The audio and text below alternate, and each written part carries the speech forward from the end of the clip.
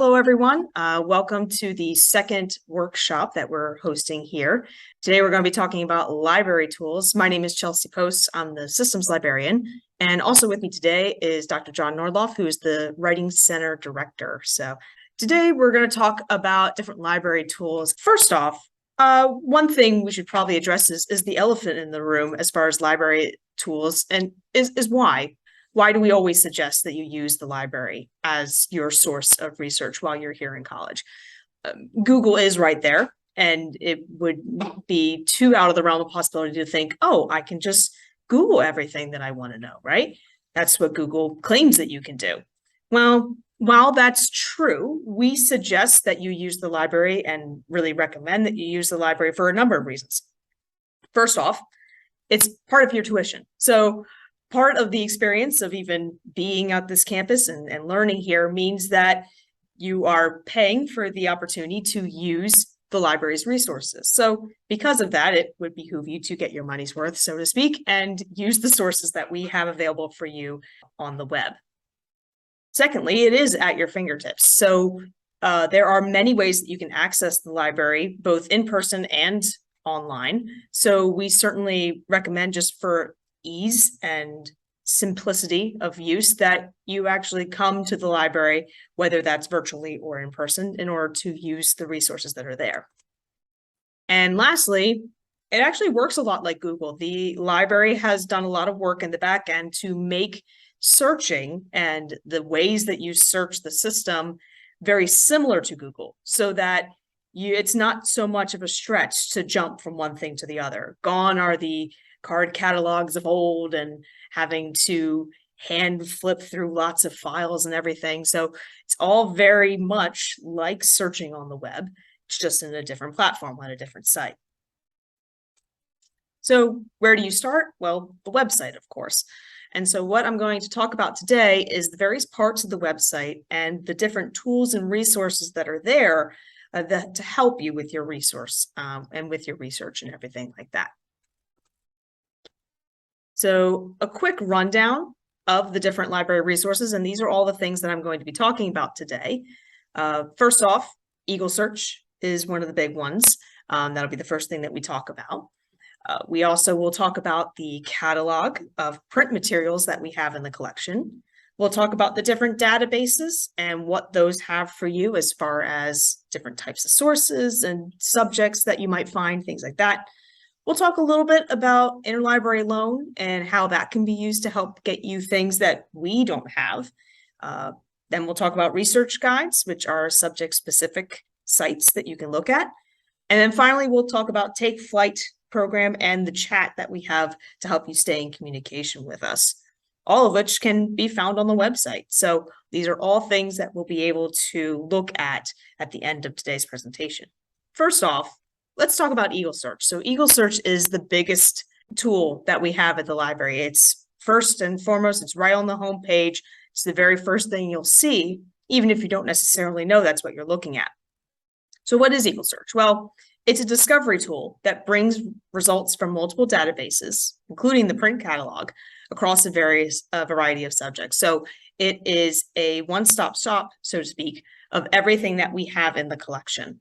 So it's going to bring back all these different things, and it's going to pull from all the different databases that we have along with the print catalog, and you can search essentially anything. It's really great as a first search to see what's actually available in the library. So if you're just kind of starting your research, trying to figure out, what do we have? What can I find? Eagle Search is a great place to begin. Also in Eagle Search is actually the publication finder, which is essentially another word for the A to Z journal list. It's going to contain links out to all the journals that we have access to for full text. It's going to give you the coverage dates for everything that we have full text, and you can even browse by subject. It also includes ebooks as well. So in case you're looking for a particular ebook title, you might be able to find it there as well. And so the catalog, I've mentioned the catalog a few times. Well, what is the catalog? So the catalog is actually all the things that we have on the physical shelves in the library. So it's going to include books, it's going to include the DVDs and the media that we have. There's also a handful of ebooks in there. You'll know them when you see them. It'll be very clear that it's an ebook that you're looking at and not a physical book. You'll see in our little picture here, this is a book because it tells you so. That's the format of the book right there. But you also will see ebooks there as well.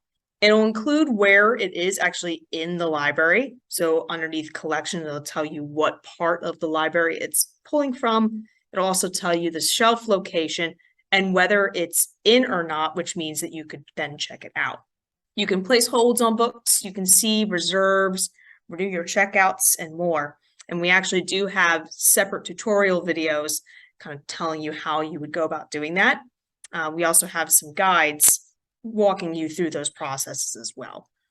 And so third thing we'll talk about is what's a database. So you probably have heard that term a lot, whether in other classes or your professors have asked you, you must have 3 sources from one of the databases. And you might wonder, well, what is a database? What exactly does that mean? Well, put simply, a database is a collection of online resources. And usually they're subject specific. So for example, Business Source Premier is going to specialize in marketing and economics and business. So if you're looking for a business source, you probably would want to go to the Business Source Premier database in order to find what you're looking for. Usually it's going to be journals and ebooks that you'll find. Sometimes you'll find both. Some databases actually have both ebooks and journals in them. And then some databases are really specialized in that maybe it's all streaming video or it's all images. And databases will also contain either full text or abstracts. So, and sometimes they'll contain both. So you want to read the database description to see if it has full text sources. And you can see that underneath the title of the database when you're looking at the home page. One mistake that people fall into sometimes is calling the database by its vendor. So I will often hear people say, I'm trying to get into EBSCO. And I'll usually go, which EBSCO? Because EBSCO is just the name of the vendor that created the database.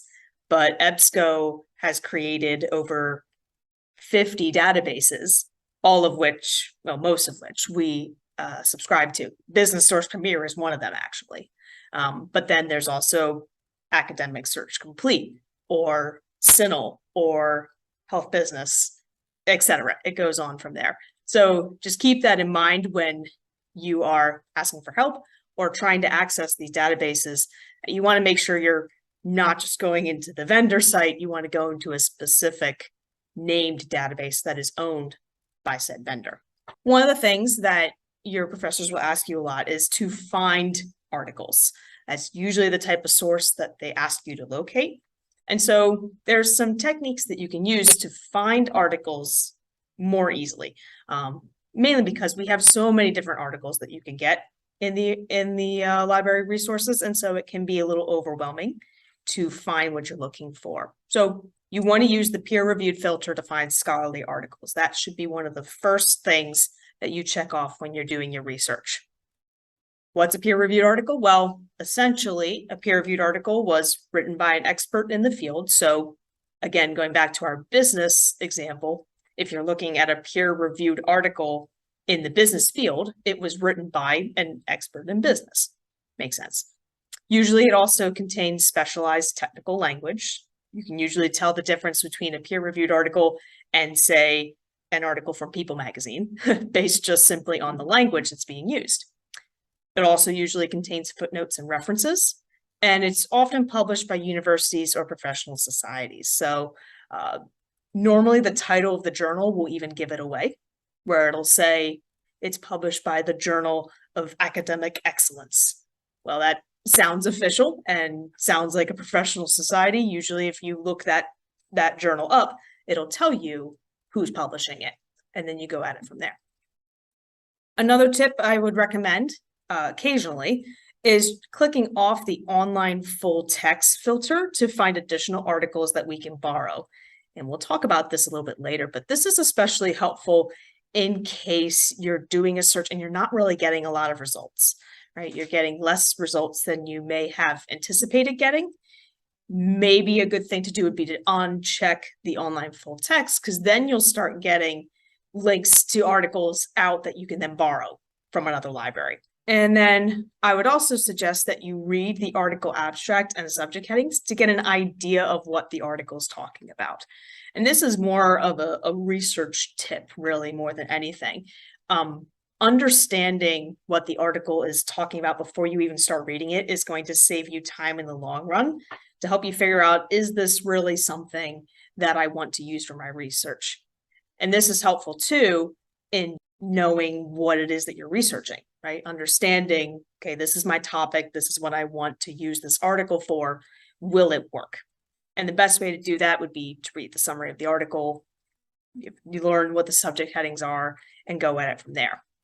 And overall, I would always recommend that you should expect to do more than one search for your assignment. Unfortunately, there's no silver bullet out there when it comes to doing your research. You're going to have to do more than one kind of search. You're going to have to look through multiple results. This is the part where it's not quite like Google, where you want to click the first result and then you're done. That's not really what's going to happen here. You are going to go down the list a little bit and do a little bit of digging, especially with a very complicated search, right? If you're doing a more detailed kind of research and looking for a more specific kind of source, you are going to have to kind of figure out keywords and terms and things like that to make your searching that much more effective. The whole idea of unchecking the online full text is so that we could then maybe request that article from another library. And this leads me into interlibrary loan. So if we don't have something, we could request it from another library. And there are many different ways that we can do that. In fact, there's 3 different ways to interlibrary loan, depending on what you're actually requesting.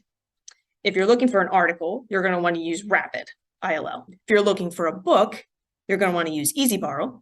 And if you're looking for a book or a chapter of a book, you're going to use OCLC. So there's 3 different ones. And if you're on the interlibrary loan page of the website, you'll actually see all 3 of those listed out, each with links out. So it's very easy to actually interlibrary loan from another library. We have relationships with libraries in the area, as well as libraries across the country, through which that we can actually get all of these things from. Now, books, it can be a little tricky sometimes because you're dealing with mailing and the post office. So sometimes it doesn't always come very, very quickly. Rapid, it takes about 2 days for things to appear. They get emailed directly to your email, actually. So it's very simple that way. Articles is probably the easiest way that we can get things, followed by book chapters. Those, again, are also scanned and emailed to you separately. Books definitely take the longest amount of time to get here.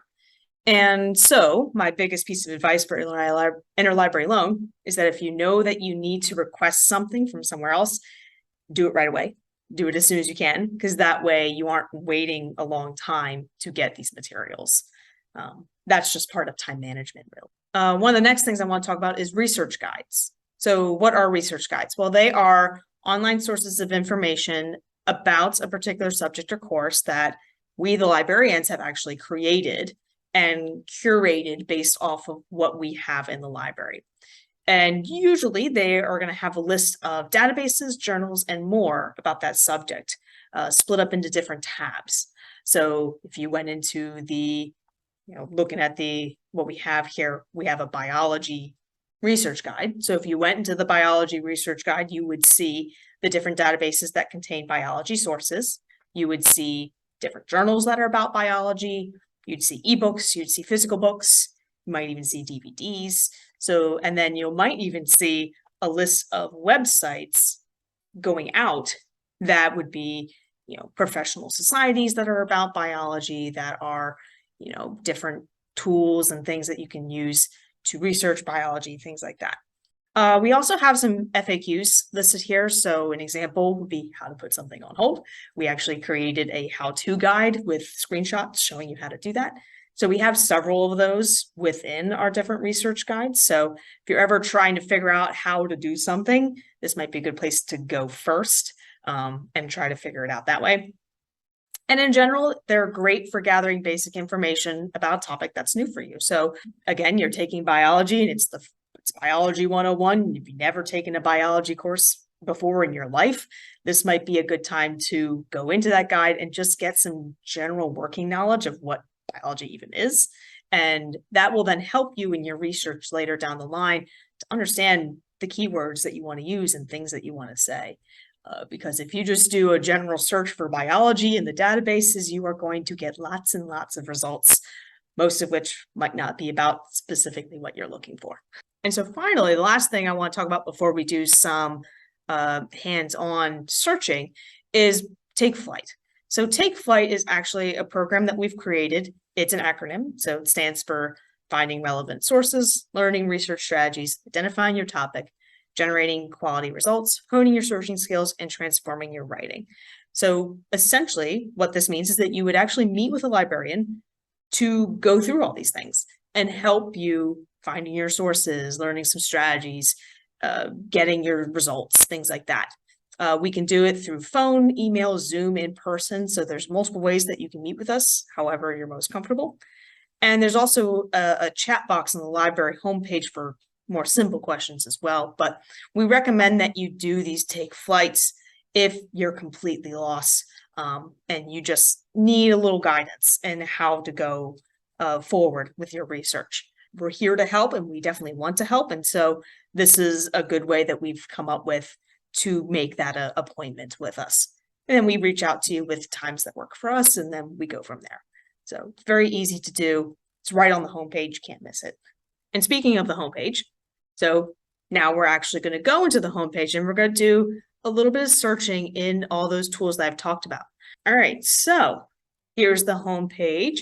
And so on here, one thing that you'll note right off the bat is, yes, right up here at the top is the Eagle Search toolbar. So this is the first thing that you will see when you're on the website, and you can do your searching that way. You can also tell it to search just the catalog in case you want to just search for the print materials and DVDs and things like that. There's also a link over here that takes you to that same place. So either way works. But I'm going to do just a search in Eagle Search right now. And so I'm going to do just a basic search for Halloween. So now that I've done my search, this is a basic idea of how these results might show up. So first thing you'll see, it'll tell you how many results you've gotten, quite a lot. You'll also notice here we've got a publication that they've actually kind of selected out for me. This particular book, if I hit the About the publication, it is an ebook. So I can click this link here and it'll take me out to the ebook where it lives, where I could read it online. I could download specific chapters, things like that. So there's different ways that I can use the ebook from in here. One thing on here that's very interesting too is this research starter over here. This is actually very unique to Eagle Search. You won't see this in any of the other tools that we have. A research starter is essentially like a Wikipedia. So if you've ever read a Wikipedia entry before, it's going to read very similarly to that, where I can go down a little bit here. It's going to give you an idea of the history of Halloween and things like that. It even includes a bibliography at the end telling you where they pulled all that information from. And in fact, a lot of this information is coming from the Salem Press Encyclopedia. So it reads like a Wikipedia, but it's better than a Wikipedia because it's actually pulling from a published academic source rather than a bunch of blogs, maybe, that Wikipedia likes to do. So as I go down the list a little bit here, I can see, we've got another ebook here that I can link out to. There's another ebook. In fact, a lot of these are going to be ebooks, I'm noticing, which is pretty good. Oh, okay. This one here, this fiction book here, whenever you see this view catalog record, that actually means this is a physical book. And it's telling me that this is in the juvenile fiction section underneath this call number here. So this actually is a children's book. But I'm not surprised with what I'm searching for. It makes sense that this would be the kind of thing that shows up. And in fact, as I look a little closer at this, I can see that this actually is the subject heading that this book is coming under. So Halloween fiction. So if I decided I want to do a slightly different search, I actually could do a separate subject search just for this, and it'll bring back all the books that are underneath the Halloween fiction setting. So then I could read all these books. I guarantee you some Stephen King things would show up there because, of course, that would be considered a Halloween fiction kind of story. Stephen King. So maybe I'd want to do a different search like that. I can go down a little bit the list here. So there's a lot of really interesting things. One thing that's also cool is as you get further down the list, you might start seeing some video clips. So looks like, they've got like a pumpkin carver video here. It's 1 minute and 45 seconds, but this could be a clip that you put in to a PowerPoint presentation or something like that. And that could be something interesting like that. As I go back up to the top here, I do want to show you there are filters that I can do here. I can do filters like this. I can check off just the peer-reviewed ones here so I can get just the journals if I want to. I can also do a date range where maybe I just want the last 5 years worth of things. Let me go ahead and do the peer-reviewed one. Hit apply. And so now my research starter is still showing up. But now you'll start seeing some articles, right? So now I've got that article there. I've got this article here. So I can go down the list here and I can see all different things. So let me go ahead and let me uncheck my peer reviewed here because I do want to go back to the other things. I would like to show you how you would put a book on hold. So let's say I wanted to put this book on hold. I'm going to go ahead and hit retrieve catalog. And now I'm in the catalog version. And this is the book that I'm looking at. So in here, I can do all sorts of things. And the first thing I can do is I can place it on hold. So if I do that, it's going to ask for my card number and my PIN. Your card number is actually your student ID. And so then the PIN is actually the last 4 digits of that same number. There you are. Okay. So when you do that, you're going to hit yes, you want the first available copy. You're going to hit submit hold. And now the hold has been placed successfully. And when you're signed in, you'll actually notice up here at the top that your name and your account is now here. And when you're in here, essentially, here's what you can do. You can kind of update your contact information. You can see when your account's going to expire, things like that. But then you can also do things like save a list. So if you wanted to create a list of books that you want to check out in the future, you can make that list and then add items to that list and it'll save them right here. You can save your searches. And then once you have something checked out underneath the account activity, that's where you can actually do your renewals. So you'd be able to see everything that you have checked out at a particular time, and then you could hit renew. You are only allowed to renew 1 time, so just bear that in mind. But my biggest advice to you for that is to wait until the day before it is due and then hit renew, because then you get the full 28 days again. And so then you can essentially have a book out for 54 days. That's a bit of a trick, a little pro tip there.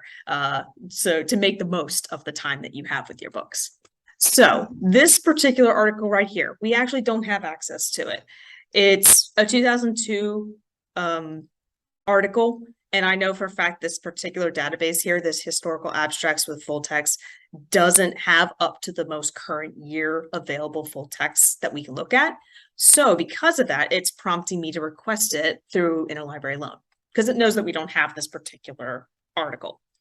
All I really have to do is hit this button, and then it's going to fill in the information for me about the article itself. So it's going to figure out the ISSN number for the journal. It's going to figure out the article title, the author, page numbers, things like that. All I'd have to do is put in my name, my email address, and then my ID number. And then I would hit continue. It would tell me, okay, you got to follow your copyright rules, which of course I would. I'd hit continue, and then off the request goes. And then because this is a rapid article, it'll show up within a couple days or so as an attached PDF. Very rarely will that not happen. And when I say rarely, I mean there has to be something terrible going on the other side for it to not show up very quickly. These libraries are very punctual in returning things right away. And if you're ever concerned about a request that you've sent out that is maybe taking a little too long to show up, feel free to email us and we can do a little bit of digging and figure out the status that it's in. We are a part of 3 different organizations: TCLC, CEPLA, and then PALC. So they're the three. And of those, they each have member libraries that are a part of them. Some libraries are a part of more than one organization. So, for example, Villanova is a part of PALC and a part of TCLC. But essentially what that means is if I wanted to go to Villanova and study in their library, which is gorgeous, by the way, but if I wanted to go over there and not necessarily, do anything per se other than maybe check out a book from them directly, what we would do is actually send a letter with you saying that, yes, you are a student in good standing and you are allowed to check out books. And essentially what they would do is create a guest membership for you at that library. So they would give you your own library card from that library with your own barcode and everything. You wouldn't be able to use their databases, so you still have to use our databases and our Eagle search in order to get like journals and things like that. But as far as books are concerned, absolutely, you'd be able to check out books. I know each library has its own kind of rules as to how many books you can check out, and that you can ask them. So like, again, you go to Villanova and you could ask them, how many books am I allowed to check out? They might say 5, 10, that kind of thing. It's usually something like that. And they probably have a similar loan period as us. So probably 28 days, something like that. I know we also have a relationship with Cabrini across the street. So if you wanted to just go across the street to Cabrini and check out books from them, absolutely. And then it's vice versa too. So any Cabrini student could come over to us and check out things as long as they have that letter to prove that they are an active student and everything like that. So it's very easy to do. You can certainly just ask us and we're more than happy to set that up for you. And that includes, the ones really close, the ones along the train line. I know PALC, we've got libraries in New York and even like Virginia. So I think it goes as far south as Virginia and as far north as New York. Basically the Tri-County area is what you're thinking of. So yeah, any of those libraries are more than happy to set you up with a membership.